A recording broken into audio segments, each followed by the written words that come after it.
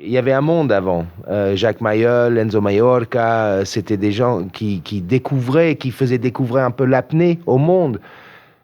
Luc Besson a été inspiré par ce film, par Jacques Mayol et cette plongée.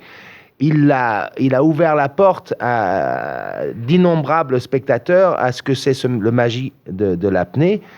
La popularité du film a été telle que tout d'un coup, après 3-4 ans, quand les gens parlaient de Jacques Mayol, ils me voyaient moi, et pas le vrai.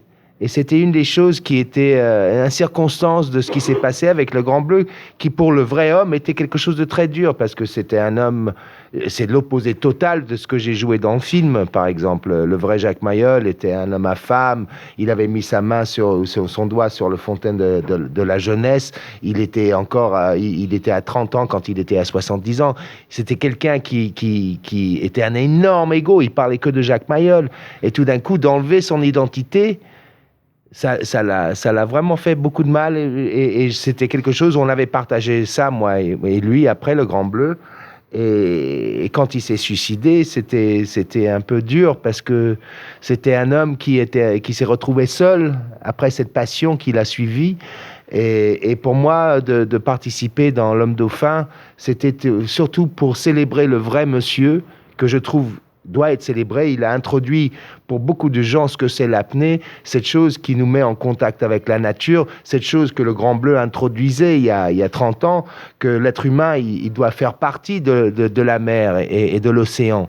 Et que ce rapport-là, elle est spirituelle, elle est sensuelle, elle est spirituelle. Et que cette chose-là, il y a 30 ans, c'était quelque chose de très sweet, de très doux, de beau. Mais aujourd'hui, c'est devenu fondamental avec tous les problèmes de la planète qui nous attend.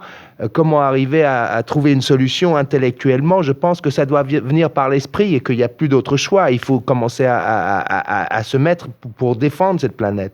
Donc je pense que ce film, L'Homme Dauphin, raconte un peu cette philosophie, qui était ce vrai homme, et que vraiment, en le connaissant, toutes les émotions du Grand Bleu sont dans ce documentaire, mais elles sont avec une crédibilité d'un Jacques Mayol plus intéressante de ce que j'ai fait dans le film. Ouais.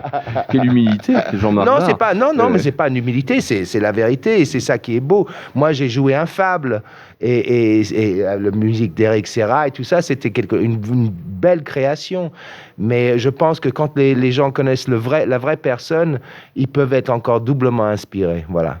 Merci de ce témoignage, vraiment, Jean-Marc Barr. Ça vous fait quelque chose de voir le héros du Grand Bleu, Antoine Blossier? Non, mais moi, ça me fait vraiment quelque chose. J'avais 11 ans quand